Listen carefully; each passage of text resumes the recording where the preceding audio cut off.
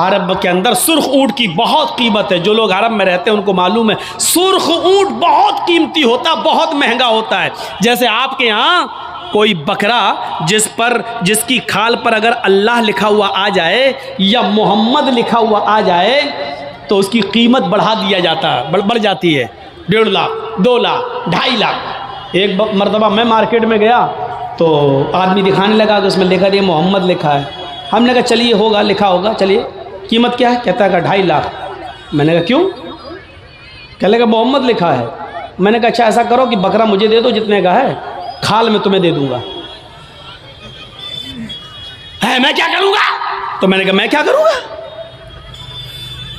क्या इस खाल को हम अपने घर रख सकते हैं? इस पर भी गरीब का हक है। क्या बकरे को ज़िबा करने के बाद ये खाल हमारी 2 लाख में बिकेगी, 1.5 लाख में बिकेगी? कहता वो मैं नहीं जानता हूं, मोहम्मद लिखा है, 2.5 लाख का बकरा है। मैंने कहा मैं कह तो रहा हूं कि खाल तू बेच देना जितने की बिके, बकरा 10,000 में हमें दे दे, 12,000 में हमें दे दे। कहने लगा जाइए मौलाना साहब आप हमारा रेट क्यों वो कर रहे हो? लोगों ने एक फजूल की बहस बढ़ा दी। इस पर अल्लाह लिखा है तो इसकी कीमत बढ़ गई, मोहम्मद लिखा है तो इसकी कीमत, जिस पर ये चीज़ें लिखी हुई हो और कम कर दो उसकी कीमत। मेरे भाइयों किसी हदीस में नहीं आया है कि जिस बकरे पर अल्लाह लिखा हो तो उसको इतने रुपए में खरीदो। और लिखा होता नहीं है, वो हमें और आपको उसका एक नक्श दिखाई देता है। बस ये अलिफ बाल ये लाम पूरी तरीके से देखा जाए तो पूरा लिखा हुआ भी नहीं होगा, उस पर तशदीद बनी होगी, फिर उस पर खड़ा अलिफ होगा, फिर आप पूरी तरीके से अगर देखें तो मिलेगा भी नहीं ऐसा, लेकिन महसूस ऐसा कराएंगे कि देखिए ये अल्लाह। हालांकि देखा जाए तो ये भी अल्लाह ही है। देखिए ये भी अल्लाह ही है। अलिफ, ये अलिफ हो गया ना, और लाम कैसा होता है? ये लाम हुआ, फिर एक और लाम हुआ, फिर ये उसके ऊपर का अलिफ और ये है। तो देखा जाए ये क्या है? अल्लाह ही है। अगर आप इस पर रोशनाई लगा दें पूरा और फिर उसको आप ये दाहिने हाथ को इस तरीके से दीवार पे छाप दें तो आप देखेंगे अरबी में अल्लाह ही लिखा हुआ नजर आएगा, अल्लाह ही लिखा हुआ नजर आएगा। अब बताइए जब अल्लाह लिखा हुआ नजर आएगा तो हम क्या माने? अब इस हाथ से आदमी शराब भी पी रहा है, अब इस हाथ से आदमी जुआ भी खेल रहा है, इस हाथ से गलत चीजों को भी पकड़ रहा है। तो इन चीजों से हैसियत नहीं बढ़ जाती है? साधुओं की तरह अल्लाह के रसूल के पास सब कुछ था लेकिन कोई चीज आपने अपने ऊपर खर्च नहीं की।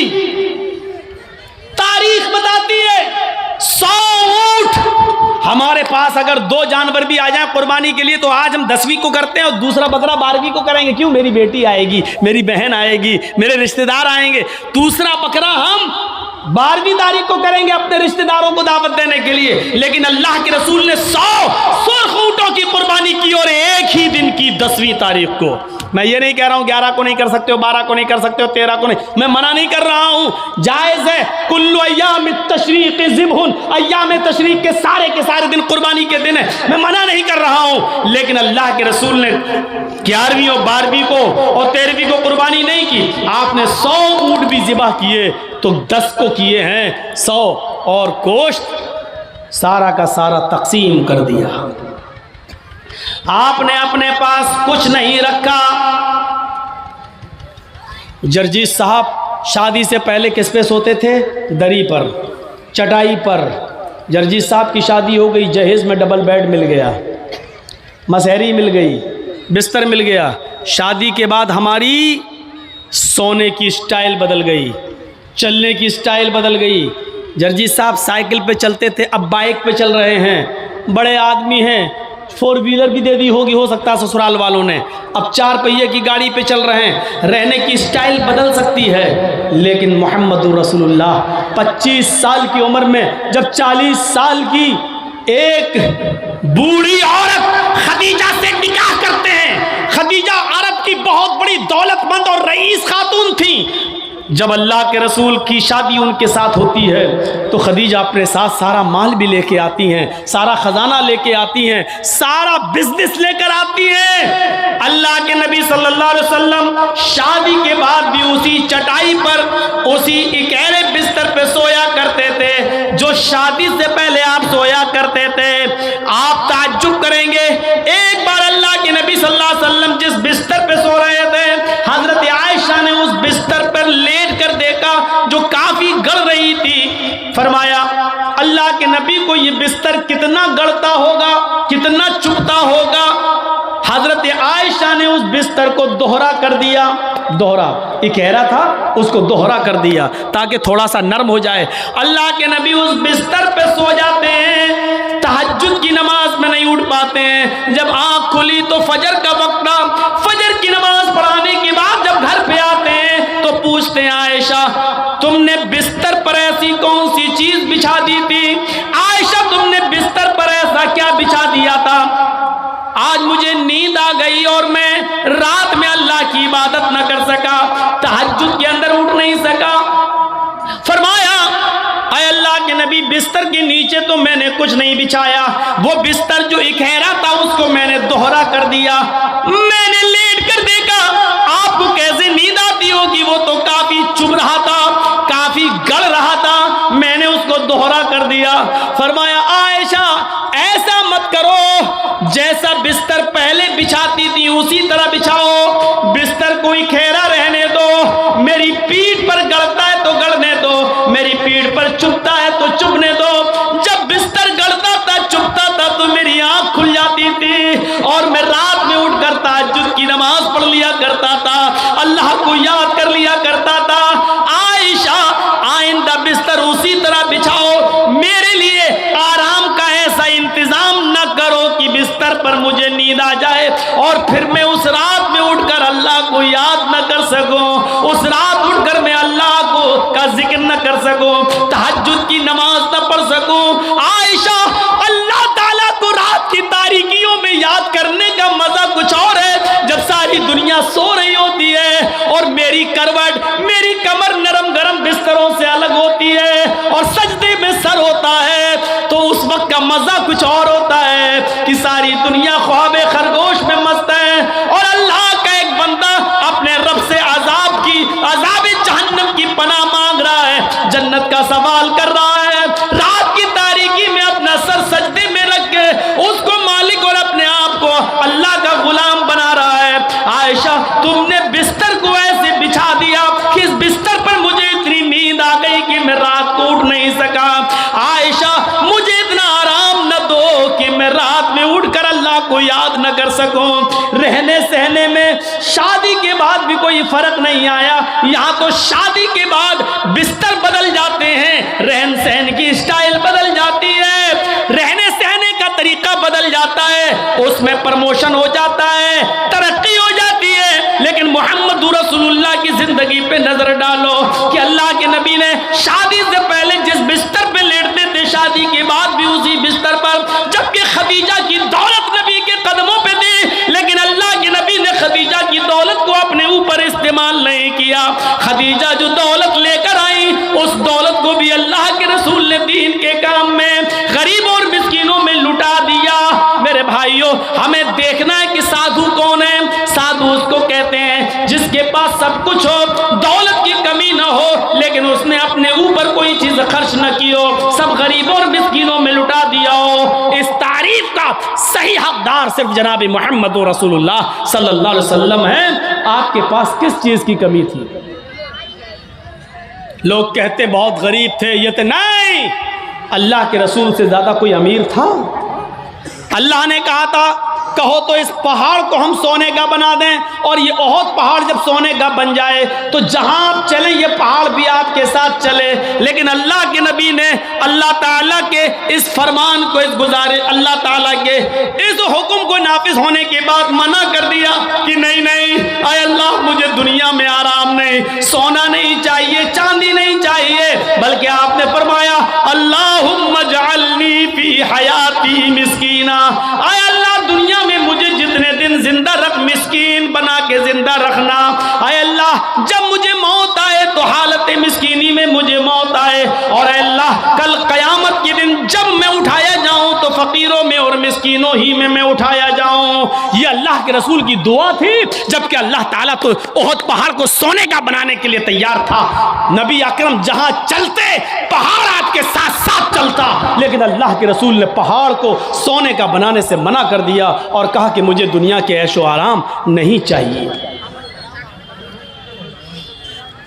हजरत अब्दुल्ला इब्ने उमर ने बिस्तर पर लेटकर देखा तो कहा अल्लाह के नबी ये क्या है।